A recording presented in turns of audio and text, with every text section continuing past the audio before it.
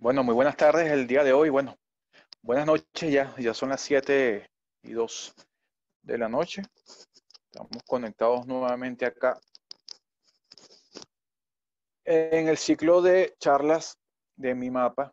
Bienvenidos a los que están acompañándonos la noche de hoy y bueno, a los que después puedan ver el video que vamos a presentar el día de hoy en este ciclo de charlas que nuestra organización Mi Mapa está haciendo durante estos últimos 15 días en relación al tema del territorio Esequibo y todo lo que concierne a él. Hemos ido, bueno, del tema político, económico, social, territorial, por supuesto. Hemos tocado temas que pocos han tocado en relación a sus habitantes, que es un punto importantísimo que debemos hacerlo. Y bueno, la noche de hoy vamos a hablar sobre el tema de la Corte Internacional de Justicia, pero en un torno que no tenga que ver con el aspecto de derecho internacional. Nosotros no somos jueces, no somos especialistas en derecho internacional, ni tampoco queremos buscar que sea así.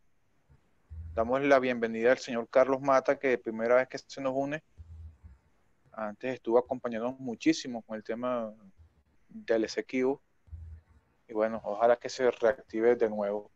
Entonces, bueno, como él le estaba contando, el asunto de hoy no tiene que ver en sí con lo que es como si fuésemos jueces y especialistas en derecho internacional, sino que lo estamos viendo desde la parte de lo que es el activismo y que llevamos muchos años eh, estudiando, viendo el asunto, el Esequibo en sí. Y bueno, la Corte Internacional ha sido protagonista desde el año 2018.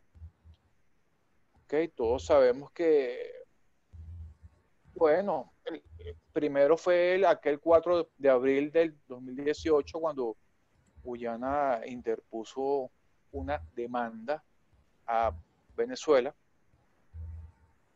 dada la acción unilateral del señor Antonio Gutiérrez,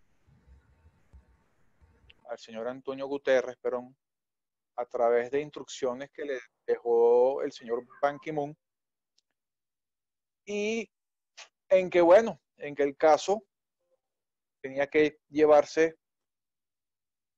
hacia la corte a raíz de que no hay un entendimiento, de que no lo hubo en ese año 2017, donde la presencia del señor Dag Nylander, quien fuese representante personal del secretario general con carácter de mediador, bueno, quiso, por supuesto, hacer ver que él hacía un trabajo. Y nos dimos cuenta que, bueno, que no fue así. Ellos, el señor Nylander tuvo reuniones con diferentes personalidades de ambos países, pero no se logró en ningún contexto. Obviamente sabíamos que no lo íbamos a lograr, porque el trabajo de hacerlo no en un año, porque él arrancó en sí, recordamos, en carnavales del 2017. Sabíamos que no iba a lograr un trabajo que no se hizo por 20 años, un trabajo que Guyana ha estado rechazando las conversaciones bilaterales, las reuniones. Guyana siempre ha actuado con Venezuela a través, no de la ONU como tiene que ser, sino a través de apoyo de otros organismos. Y sabemos que ellos nunca quisieron actuar de manera directa. Los primeros 4 años después de la firma, vimos que no se logró nada. Bueno, eso ya creo que ya lo habíamos hablado. Entonces, bueno, llegamos al 4 de abril de 2018. Antes de ello, bueno, el señor Guterres nunca dio declaraciones directamente de él, sino fueron a través de sus funcionarios, de sus portavoces que dijeron, yo lo vi de una forma un poco informal, un poco casual, nunca se hizo un documento firmado ni nada, sino dijo, bueno, vamos a la corte. Obviamente, Guyana disfrutó de eso, porque ellos han buscado ir a la corte desde hace muchos años, antes de la misma propuesta cordobés, que era también una salida judicial. Es bueno recordar que antes del 2018, antes del mismo el señor Dag Nylander en el 2017, se le propuso a un diplomático peruano, Álvaro de Soto, llevar los buenos oficios. Esto fue en el año 2016. Él se negó. Él se negó. Las razones, por supuesto, no las sabemos y bueno, obviamente que es algo que si él no quiso participar, sus razones tuvo. Bueno, volviendo entonces al 2018, se toma el caso, Guyana presentó, bueno, Guyana fue personalmente, el entonces canciller Carl Greenrich se apersonó en La Haya y entregó documentación haciendo su demanda, que en resumen se habla de revalidar el laudo de 1899, en donde no es únicamente que Venezuela desista del reclamo, sino que regrese la parte occidental perdón, la parte oriental de la isla fluvial de Anacoco. Me extraña que no se hayan ido también por, por las bocas del Orinoco, como lo ha dicho el mismo Carl Greenwich varias veces, que bueno, que si Venezuela no reconoce el laudo, entonces teníamos que delimitar nuevamente toda esa área, imagínense. Entonces, bueno, de ahí fuimos. Durante todo ese tiempo hubo varias diligencias. Venezuela formalizó que no va a estar aceptando la jurisdicción de la Corte. Eso no implica de que no haya hecho actos de presencia ya. Venezuela estuvo en La Haya y entregó su documentación indicando el porqué. Entre otras cosas, bueno, sabemos que no aceptamos la jurisdicción de la Corte porque no estamos obligados, porque el acuerdo del año 66 indica que hay otros mecanismos. Ojo, no estamos haciendo un lado el ir a la Corte porque ese también está incluido ahí, pero existen otros mecanismos que no se han tomado en cuenta, que unos dirán, bueno, pero es que son muy lentos, son algo bastante corto, pero tomemos en cuenta que aún tengamos la razón con lo que es el tema, no es momento apropiado para enfrentarnos a través de una corte con un país que ha recibido públicamente el apoyo de más de 85 países de organismos regionales, donde hay muchas raíces guyanesas en dicha corte, que obviamente debería ser neutral 100%, pero eso es algo que lo hemos puesto ahorita en la lupa con varios ejemplos que vamos a ver. Yo les quisiera presentar un video, mientras yo se los presento, vamos a ir explicando esto. Bueno, aquí lo estamos viendo. Aquí, esto es un pequeño, bueno, pequeño no, porque es bastante completo, un resumen de lo que actualmente podemos ver en lo de la Corte, donde vemos al señor Dag Nylander de Noruega, que ya dijimos el por qué no vemos esto. Esto fue la declaración del portavoz de la ONU el 30 de enero de 2018, donde se habla que se va a ir hacia la Corte porque no se ha alcanzado progreso. Ese mismo día, Guyana dice que, bueno, que no permitirá factores ajenos que se metan con ellos. Comenzó el tema mediático de lo que es Guyana con la Corte, sus medios de publicación sacaron todo eso. Al día siguiente, Venezuela, vamos a pararnos aquí para que veamos una cosa. Venezuela al día siguiente sacó un comunicado a través de Cancillería, donde, bueno, donde se hace preguntas el por qué se privó, o sea, recomendar la Corte a dos estados que no la reconocen, porque no únicamente Venezuela, Guyana tampoco la reconoce, como vemos. Y bueno, ahí es donde se comenzó a tejer todo este tipo de, de peros que hay con el tema. Guyana, por supuesto, sacó todo eso de una manera continua. El 27 de febrero de 2018, CARICOM expresó, como es típico, el apoyo que ha dado a Guyana. Y esta vez dio el apoyo de que se llevara el tema a la Corte. Días después, el 29 de marzo de 2018, Guyana presenta su caso personalmente. El señor, como ya les había comentado, el señor Carl Greenwich va para allá. Y bueno, Venezuela ese mismo día saca un comunicado nuevo donde propone a Guyana reiniciar contactos diplomáticos para la solución de la controversia, o sea, reuniones directas que no tengan que ver con el índice, con el aspecto de la Corte que ha estado buscando Guyana desde hace mucho tiempo. La Corte hizo caso omiso a todo ello, donde inclusive habla de que, bueno, de que ellos no van a dar vuelta atrás a eso. Ellos rechazan el llamado de Venezuela de un aspecto bilateral directo que no tenga que ver con la Corte, ni el retorno de los buenos oficios. ¿Ok?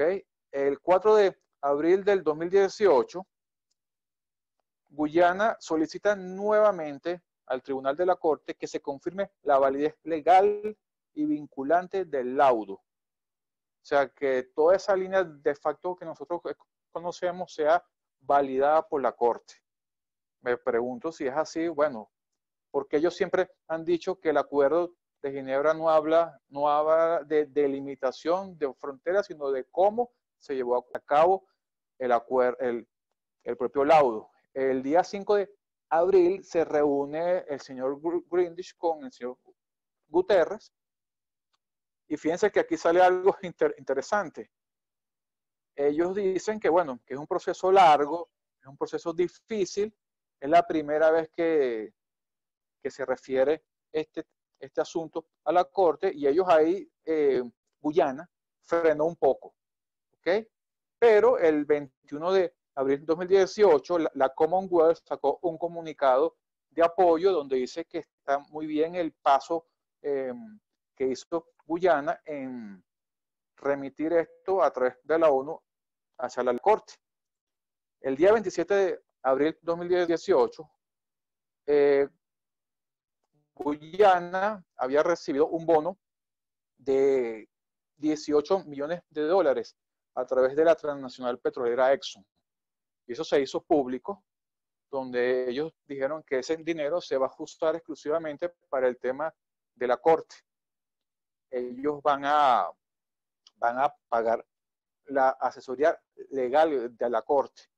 Como vemos, bueno, ellos tienen un grupo bastante completo de asesores liderizados por el guyanés Sridhar Rampal, que es un señor ya de 90 años. Después de ellos están varias firmas como la estadounidense Holy Folk, la británica Matrix Chamber, y un señor iraní canadiense de nombre Payab Abkam. Todos ellos están trabajando, haciendo documentos en relación al tema.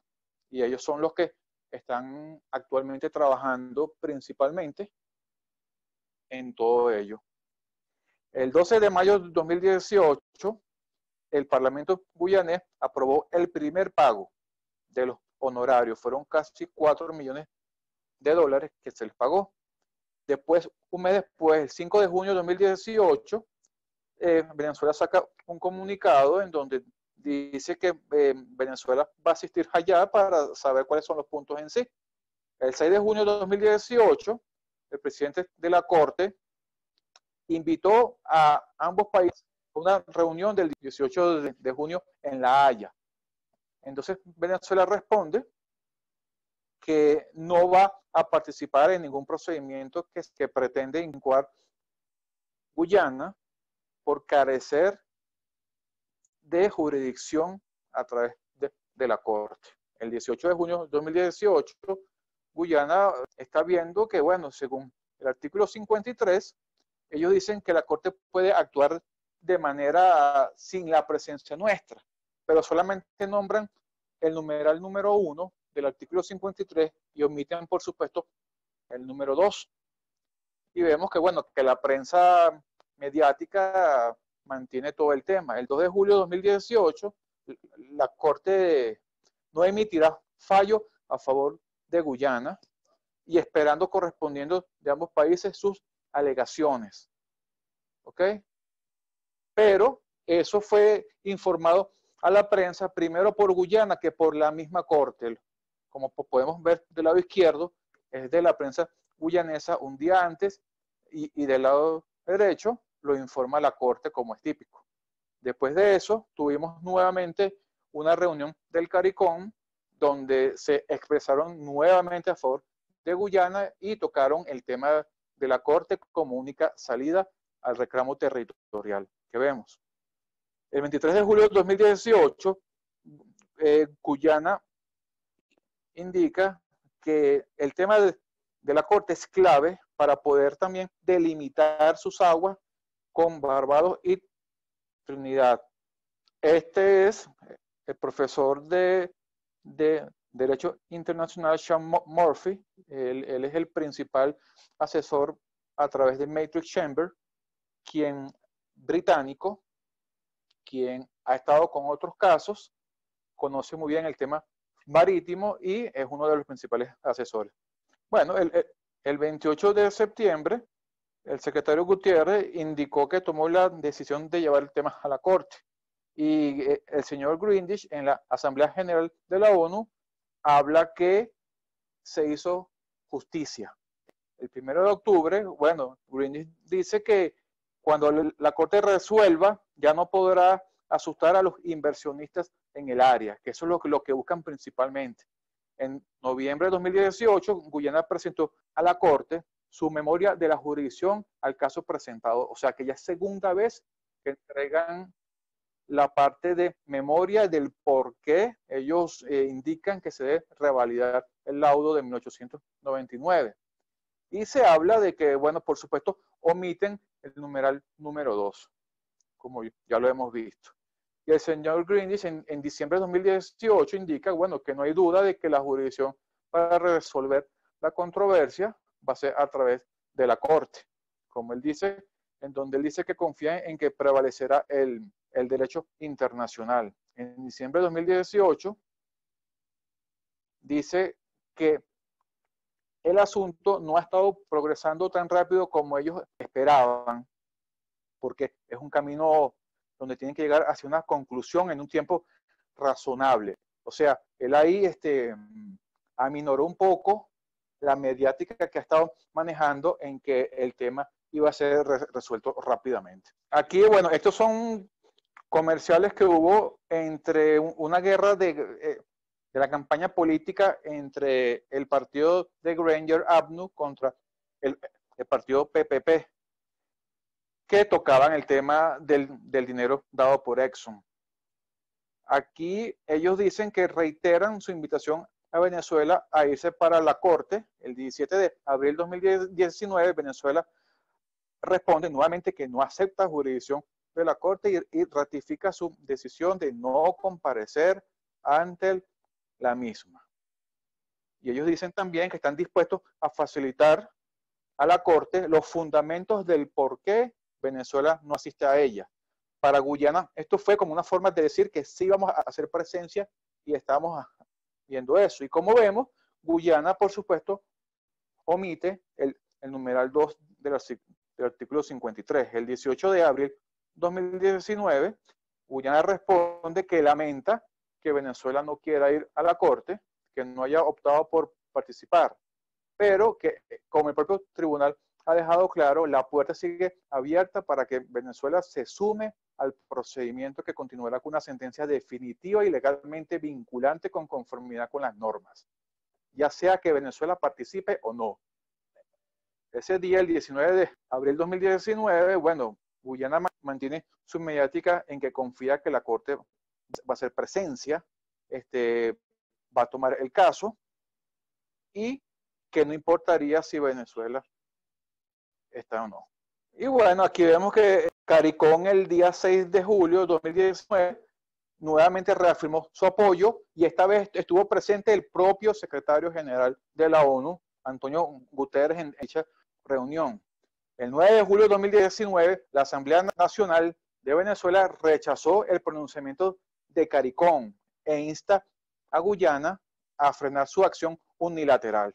El 12 de julio del 2019 comienza el declive del gobierno de Granger, comienza todo el tema de la pérdida de poder que tuvo Granger. Y bueno, el 24 de septiembre, nuevamente Guyana informa un asunto que tenía que informarlo la Corte, que era ir para las audiencias. El 27 de septiembre, la Commonwealth saca un nuevo comunicado de apoyo a Guyana y rechaza la actitud nuestra en cuanto a ello. Esto es algo nuevo, en donde el propio Parlamento del Mercosur, por primera vez un organismo regional, apoyó en un sentido a Venezuela en el tema del Esequibo. Vean, fue un voto unánime. 50 en 50 aprobado. Esto fue en el 2019.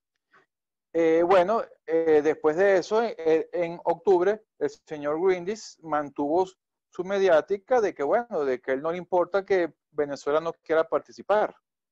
Que él dice que él da la oportunidad para que examine a través de la Corte la validez del propio laudo, que es lo que él siempre lo ha dicho continuamente, y es algo que lo hemos visto categóricamente en su indicación de que el laudo no es sobre los límites, sino de cómo, pero que el acuerdo de Ginebra no habla de los límites, sino de cómo se llevó a cabo el laudo. Para ellos, las fronteras están delimitadas desde 1899.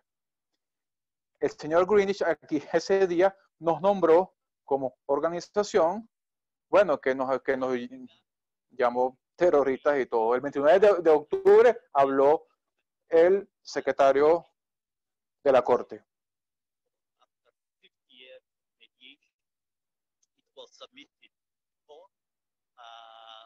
Venezuela has in a way challenged jurisdiction, and therefore the court has scheduled for early next hearing. Fíjense cuando el propio presidente de la Corte dice Venezuela ha desafiado, de una forma no debió usar esa palabra porque no es una palabra neutral de un juez de derecho internacional. Y Guyana, por supuesto, estuvo muy feliz con ello. Cancillería venezolana, bueno, nuevamente saca un comunicado para ese momento en donde dice que por supuesto que esa demanda está sin base, ¿okay? Que supera lo indicado por el acuerdo de Ginebra. Y bueno, aquí vemos el 6 de febrero la Corte estuvo dando ya las fechas para las primeras audiencias orales de cada país. Pusieron fecha, eso fue enero, y pusieron fecha para marzo. Aquí se pueden ver el 23 de marzo, Guyana, al día siguiente Venezuela, y la segunda ronda sería para el 25 de marzo por Guyana y el 27 de marzo por Venezuela. ¿Qué vemos? Ahí comenzó todo el tema del COVID. Antes de ello, el CARICOM en su 31ª reunión se reunieron y sacaron esto. El 17 de marzo, la CIJ pospone las audiencias, todas hasta nuevo aviso por el tema del COVID.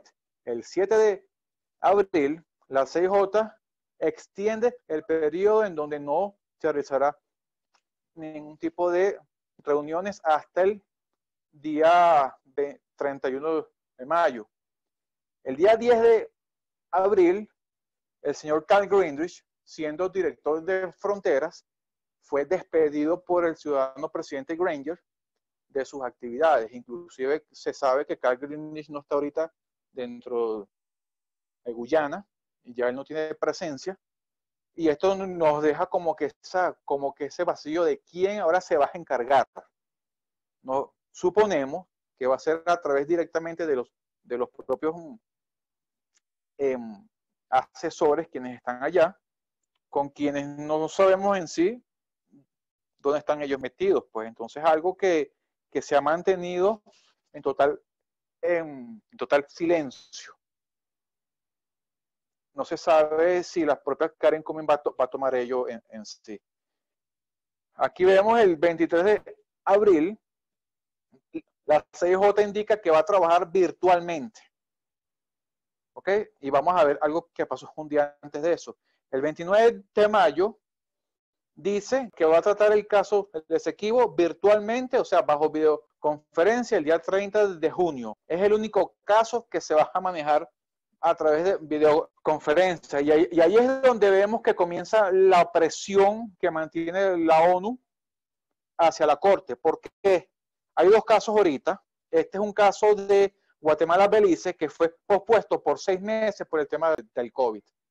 Se tomó como decisión el día 23 de abril, el mismo día que dijeron que iban a tomar el caso de Venezuela. Y este fue otro caso que es entre Gambia y Myanmar, que también se pospuso por 3 meses. Y por Twitter, varias personas, varios tuiteros reclamaron de por qué el caso del reclamo marítimo entre Kenia con Somalia también se ha pospuesto para el próximo año, y el de Venezuela sí lo van a tomar de manera virtual. Eso muchísima gente lo ha estado preguntando. Todos estos 3 casos han sido, por supuesto, por solicitud de una de las partes. Como ya se los dije, Venezuela es el único caso, Venezuela-Guyana, que se va a tomar de manera virtual. Está pautado para el día 30 de junio a las 8 a.m., 2 p.m. hora de La Haya. Ok, ¿por qué? Porque es el único caso que se está tomando de manera virtual. Me imagino, primeramente, porque Guyana no va a decir que no. Obviamente, Guyana va a mantenerse, ellos, aunque sea, bueno, de manera como sea, ellos quieren que se finiquite el tema. Número 2, Venezuela, al decir que no va a ser partícipe, eso no implica de que si ellos envían cualquier documentación en relación al caso, ellos lo sean. Eso no da jurisdicción a la Corte pensar que sí.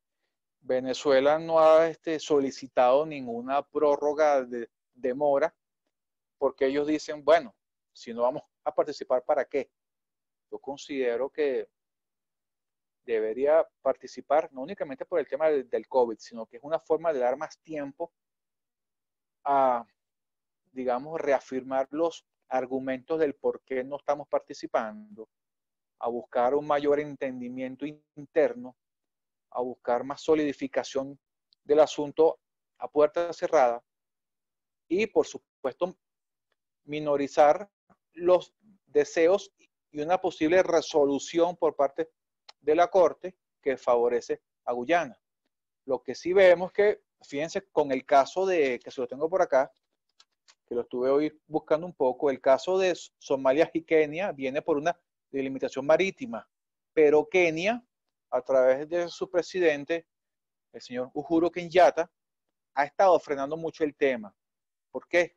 Hay intereses económicos, por supuesto petroleros. Kenia tiene unos vastos campos petrolíferos y tiene bloques también, como los hay en las aguas por delimitar nuestras, y existe mucho interés. Hay 2 compañías que están con Guyana, que están en Kenia, que son la Tullow Oil y Qatar Oil. Y son las mismas que están en las aguas por discutir entre Guyana y Venezuela. El tema de Kenia y Somalia ha sido pospuesto ya 2 veces. Primero se pasó de octubre octubre de 2019 para marzo sí, se pasó de octubre de 2019 para junio del 2020. Y ahora de junio 2020 pasó para marzo 2021. Entonces, realmente no entendemos el por qué, dado son varios factores que hay. El silencio nuestro en cuanto a la actuación de la Corte y la presión que están manejando transnacionales, otros estados hacia la Corte. No sabemos si es a través de Guyana o si son ellos directamente, no sabemos qué mecanismos se usan, pero lo que sí sabemos es que Venezuela es el único caso que se va a ver por webcam. Sabemos que se puede hacer, por supuesto, porque no tienes que estar en físico allá, porque son audiencias orales y ya, pero no le vemos formalidad, no le vemos realmente cuál es el apuro que existe, que sí lo sabemos, y en parte pudiéramos decir que son intereses geopolíticos de Guyana e intereses económicos de las transnacionales con los actuales precios del barril de petróleo, etcétera, etcétera, que buscan que se finiquite todo ese asunto. ¿Por qué? Porque la mitad de todos esos bloques están hacia la proyección, bueno, mitad no, un 30% está hacia la proyección de lo que son las costas del estado Delta. Y ahí, por supuesto, tenemos soberanía absoluta.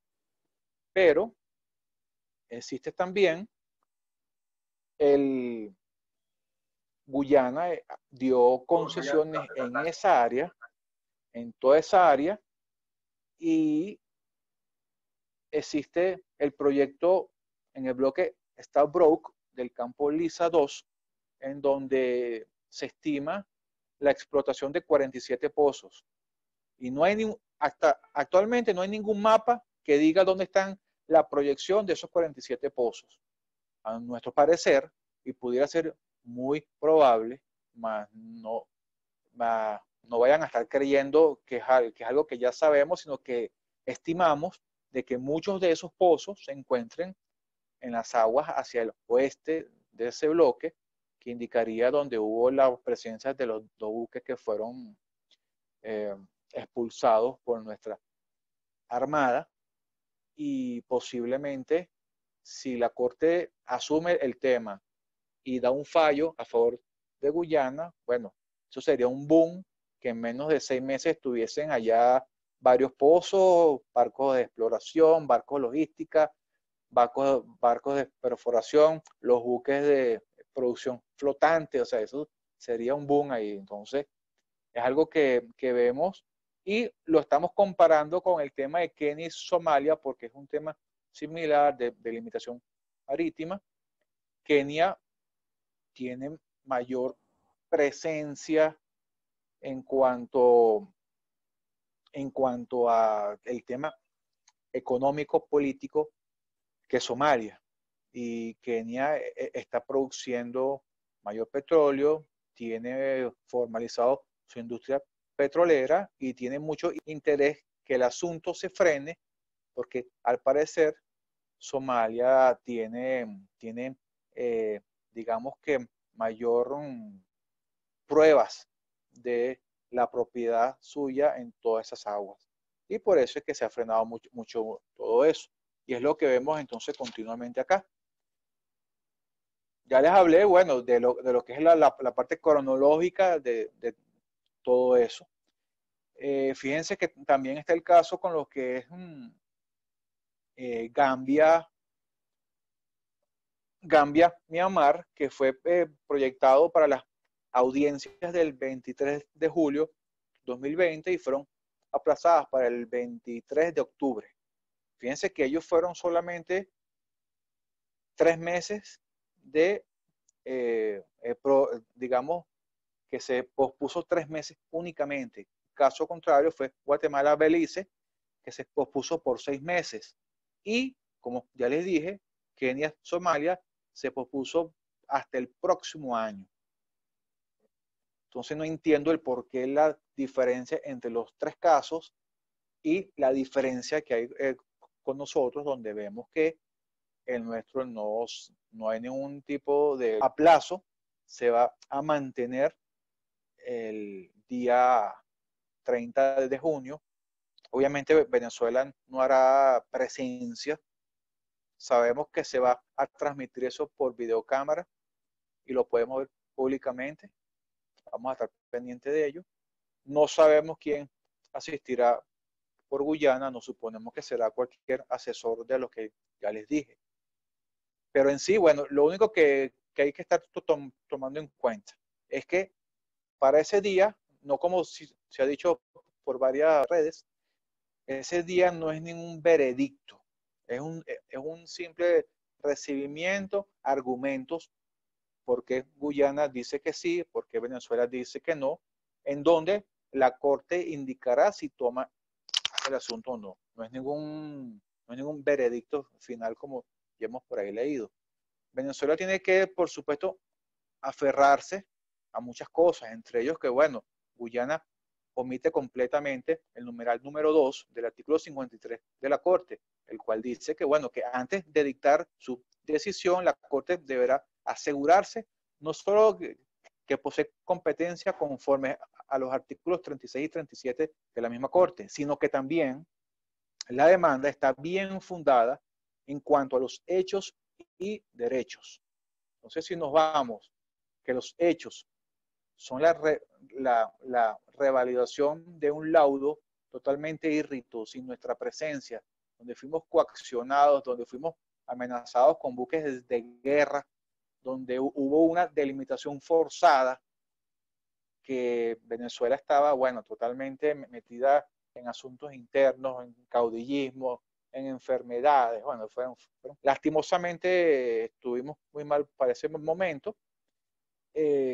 Además de ello, no estamos obligados por ningún lado a aceptar jurisdicción de la Corte. No somos firmantes del pacto del año 47, donde se indica eso. Y por otro lado, volviendo a los estatutos de la Corte, el artículo 34 de la misma dice que solo los estados podrán ser parte ante la Corte. Esto yo lo digo claro porque Guyana maneja su mediática todo el tiempo del apoyo global, maneja el tema de los fondos que le dio Exxon, que eso por supuesto eso no impide de que eso sea tomado así, pero hay que ver hasta dónde llegan todas esas manos exteriores a Guyana en cuanto a su participación dentro de la Corte. Guyana tiene que ser representada por su Estado exclusivamente. Y como sabemos, Guyana no cuenta con abogados directos ni nada, solamente un señor que es Sridhar Rampal, de 90 años, que dudamos que vaya a hacer presencia solo, pero sí que está como que muy pendiente de ello. Y lo otro es que, bueno, según los propios estatutos de la Corte, el consentimiento es a través de los estados que aceptan la jurisdicción obligatoria de la Corte. Ni Venezuela lo es, ni siquiera Guyana no lo es, pero por supuesto que ellos sí quieren, ¿ok? Y recordemos que el Acuerdo de Ginebra fue firmado exclusivamente para buscar una salida satisfactoria a través de medios pacíficos, ¿ok? Y cuando hablamos de pacífico, dudamos que el tema de la Corte bajo una demanda sea una salida pacífica. Eso es algo que tenemos que tomar en cuenta. Y por algo es importante que sepamos todos estos puntos, porque no sabemos si realmente la Corte pudiese asumir este asunto. Aún sepamos que existen muchos estatutos que se lo impiden. Venezuela no va a estar participando, pero no sabemos. Como estamos viendo que están tomando este tema como el único asunto que se va a tomar virtualmente, allí es donde entonces podemos pensar, si están haciendo esto, ¿por qué no pueden decir pasado mañana, sí lo vamos a tomar, esperamos 6 meses y revalidan el laudo, dicen que Venezuela tiene que devolver la parte oriental de la isla Anacoco y nos tenemos que olvidar de ello. Imagínense que eso sucediera y con lo que estamos viviendo actualmente internamente, con todos los conflictos que hay, con toda la polarización que hay, que Guyana disfruta la crisis que estamos padeciendo. Guyana disfruta muchísimo porque se hace ver como ahora El Salvador de Venezuela hacia el este, porque está dándole cobijo a, según ellos, miles de venezolanos allá. Y eso, por supuesto, los pone como el país bueno, que aún tengamos al vecino expansionista venezolano al lado, nosotros abrimos nuestras puertas. Esos son los puntos que, bueno, quise tomar el día de hoy, no como abogado, no como jurista, porque no lo soy, pero sí como activista, como conocedor del tema, junto con mis otros coordinadores que hemos estado viendo muy de cerca el asunto de la Corte, porque realmente preocupa tanto el silencio nuestro como las acciones, como el lobby que maneja Guyana. De nuestros asistentes el día de hoy, si alguien tiene alguna, si alguien quiere alguna participación, si tiene preguntas o dudas, por favor alce su mano y con muchísimo gusto le podemos dar entrada. Ajá, señor David, vamos a darle entonces la entrada. Adelante, cuando quieras. Tomando en cuenta la información que has dado, tomando absolutamente en cuenta todo esto, porque es preocupante viéndolo desde el punto de vista que la Corte Internacional haya hecho o tomen esta acción de hacer esta información, pues, de una manera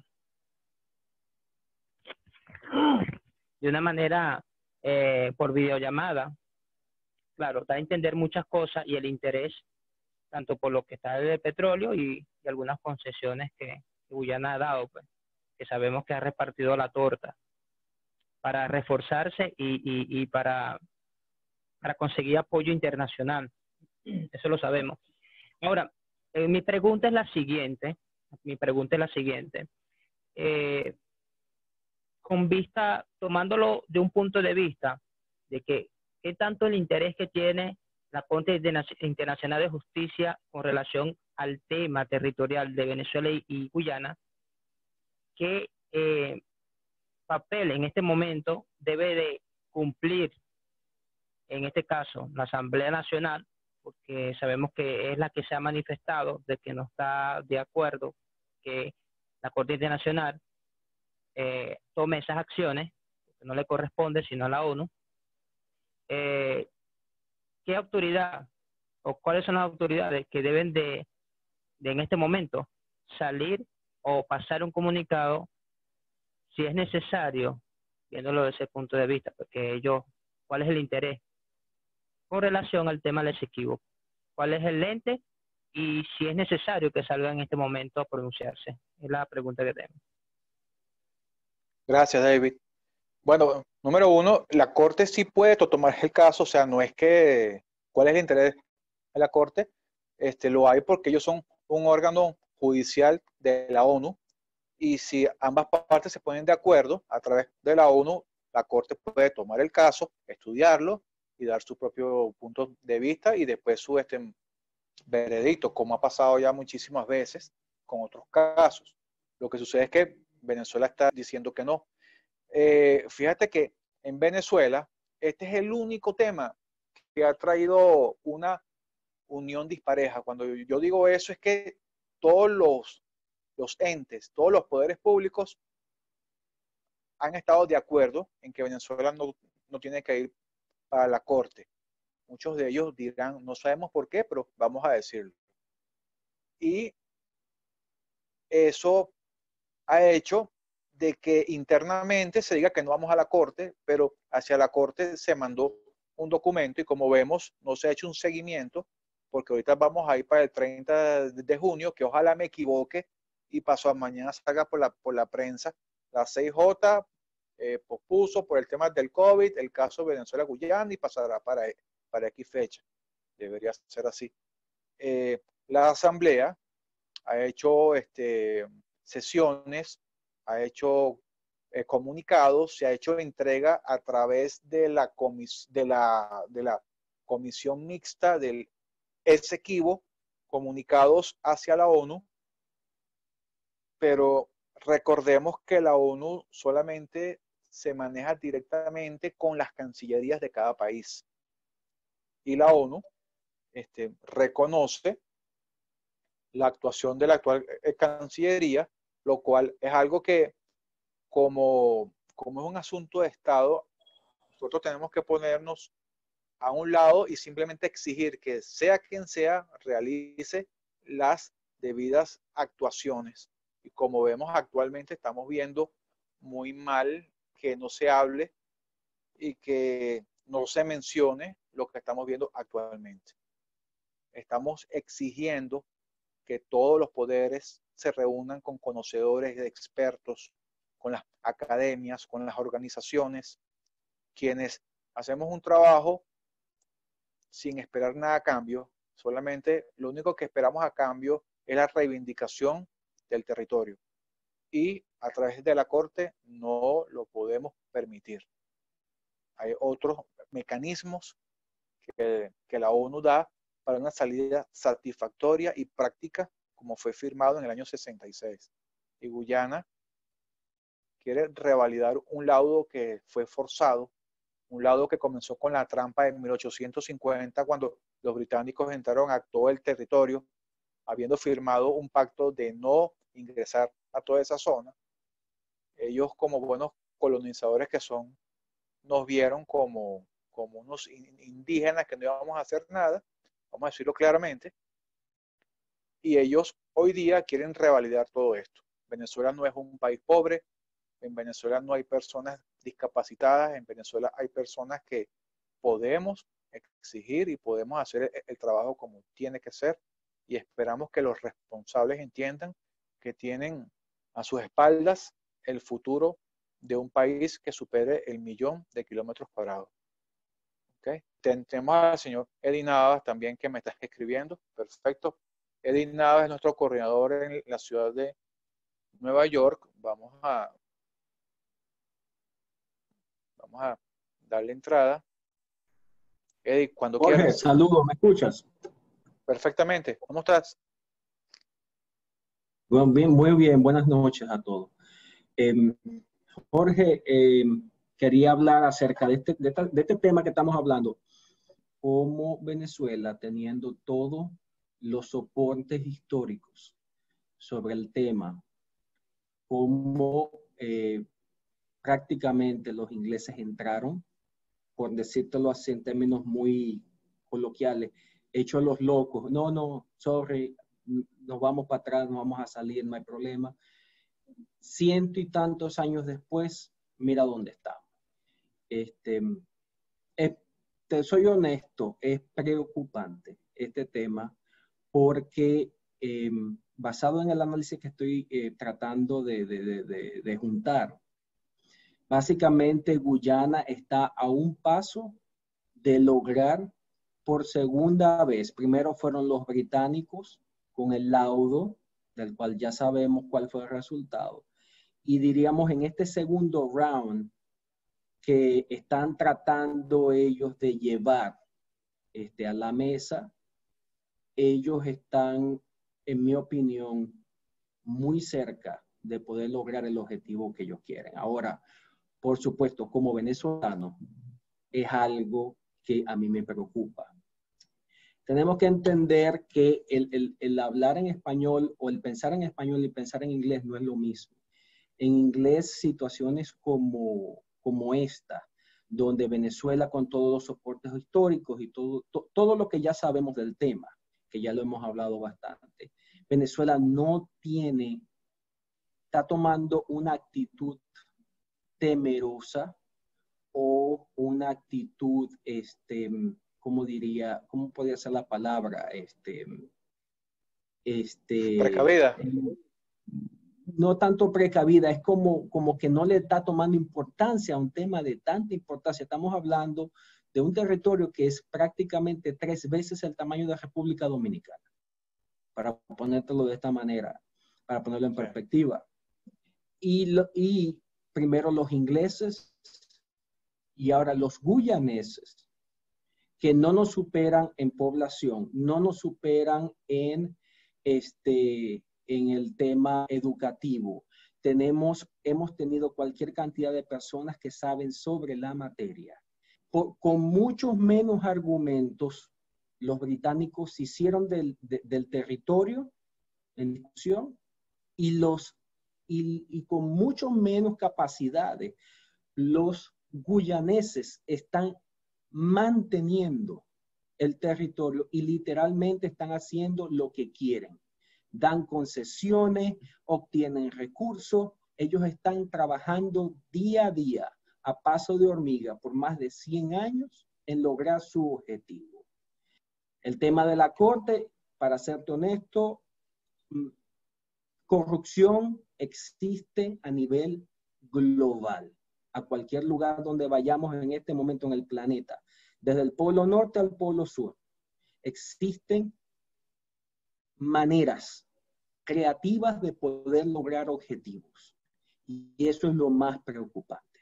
El hecho de que seamos miembros o no miembros de la Corte de Justicia, todo eso es debatible, pero más allá de eso, ya tú sabes que hace años atrás pasó lo del laudo, mira cómo salió lo del laudo, y ahora se repite la historia por segunda vez. La verdad, quisiera poder entender. Yo te entiendo. Yo supuesto que Guyana quiere hacer un nuevo laudo. Vamos a ponerlo bastante claro. Ellos quieren hacer un nuevo laudo. Guyana siempre ha dicho claramente, y estuve conversándolo con alguien hace poco, de que Guyana siempre ha dicho, ok, ustedes dicen que el laudo no es válido. Ok, compruébame por qué no es válido. Y eso fue un trabajo que se pudo haber hecho, yo me imagino que para el año 62, cuando el canciller Falcón Briceño logró, después, 4 años después, el acuerdo, pero actualmente Guyana sigue con la misma vía. Demuéstrame por qué el laudo es inválido. Pero con tantos conflictos internos, con la separación, polarización, con los señalamientos de que tu abuela regaló el Esequibo, aquel señor lo estuvo entregando, sin ver que realmente el enemigo lo tenemos es al este y no dentro de nuestras fronteras. Eso sumado con una sociedad en donde la mayoría desconoce el tema y los pocos que conocen, solo estamos un porcentaje pequeño que valoramos todo eso, que conocemos un poco, y hay otro que simplemente por ignorancia o por salir del paso, dicen que eso no es nuestro, que para qué más territorio, que estamos bien, y todo eso, si lo sumamos, beneficia a Guyana, y es algo que yo he dicho también muchas veces, que, oye, qué suerte tiene Guyana de tener un reclamo territorial con un país cuyos habitantes no les interesa. Obviamente no puedo generalizar, habemos muchos que sí, conozco muchísima gente que sí, pero también conocemos, porque tú lo has visto, por las redes sociales que nos llegan hasta con insultos y nos dicen que estamos perdiendo el tiempo y personas con títulos, una cosa importantísima, y vemos que no existe como que esa parte de, oye, si no te interesa, si no te gusta, hazte a un lado. Claro, eso se le pide a la sociedad civil, pero a los responsables que están dentro de los 3 poderes públicos, a los responsables que están en Cancillería, a los responsables que están en las propias academias, a los responsables del poder legislativo, sea quien sea, porque no nos vamos a meter dentro de ese campo. ¿Por qué? Porque a la ONU no le interesa saber quiénes son, a la ONU le interesa saber quiénes van a trabajar. Y a esos son a los que le debemos exigir que, oye, que mantengan el tema álgido, que hagan lobby, que hagan presencia, que aún no participemos con la Corte. Bueno, no vamos a participar, pero vamos a preparar una contrademanda, vamos a exigir, no sé, mira, otro mecanismo estipulado dentro del artículo 33, regreso a los buenos oficios, que sabemos que ha sido un camino muy lento. ¿Por qué? Porque los buenos oficiantes no han hecho nada, porque muchos de ellos tuvieron intereses particulares, muchos de ellos graduados en universidades británicas, muchos de ellos, bueno, ellos todos provenientes de islas del Caribe angloparlantes, que indirectamente, mira, criollamente dicho, tienen su corazoncito para allá. Entonces, oye, tenemos Exacto. que... Eso es importante porque mira, hay una cosa, cuando uno vive fuera de Venezuela, uno aprende muchos conceptos que se manejan en el resto del mundo. El hecho de que tú no conozcas las leyes o desconozcas las leyes en un país no te hace inocente de algo. Tú estabas en un lugar y tú cometiste alguna actividad, alguna situación, el cual es ilegal, pero tú no sabías, tú vas preso. Así de facilito. Eso es así de sencillo. Entonces, yo te pudiera decir que en ese aspecto difiero de tu apreciación en cuanto a que el enemigo en realidad no es nuestro enemigo viéndolo desde el punto de vista de las personas que entendemos de la materia, es Guyana. Pero nuestro enemigo principal somos nosotros mismos como venezolanos, en el aspecto de que las personas que tienen que tomar acciones y acciones serias, contundentes, agresivas, tienen que ser y no lo hacen. Bueno, muchísimas gracias, Eddie, por tu intervención interesantísima y bastante válida. Entonces, bueno, hoy estuvimos conversando sobre el tema de la presión que está viviendo la Corte Internacional de Justicia. Le pudimos dar un pequeño briefing desde el año 2018. Fuimos bastante breves con todo eso porque es muy largo, pero sí pudimos llegar hacia lo que es actual, pues, e irnos al 30 de junio como el único caso que se va a ventilar virtualmente. Eso es como que estuviésemos aquí con una reunión de Zoom y de este lado Venezuela, de este lado Guyana, aquí por el medio esto, tomando nota y ya. Es algo que la verdad no le veo ninguna base jurídica para unas acciones realmente importantes para ambos países, no para Venezuela solamente. Ya veremos qué sucede. Esperemos nuevamente, como ya dijimos, nos equivoquemos y que esta próxima semana se escuche algo positivo a razón de todo ello. Y bueno, si no tenemos más nada, muchísimas gracias el día de hoy por su presencia. Vamos a seguir entonces con el ciclo de mi mapa en cuanto al tema del Esequibo. Tenemos unos invitados especiales que vamos a nombrar próximamente. Muchísimas gracias a todos por el día de hoy, su presencia, y será hasta una nueva oportunidad.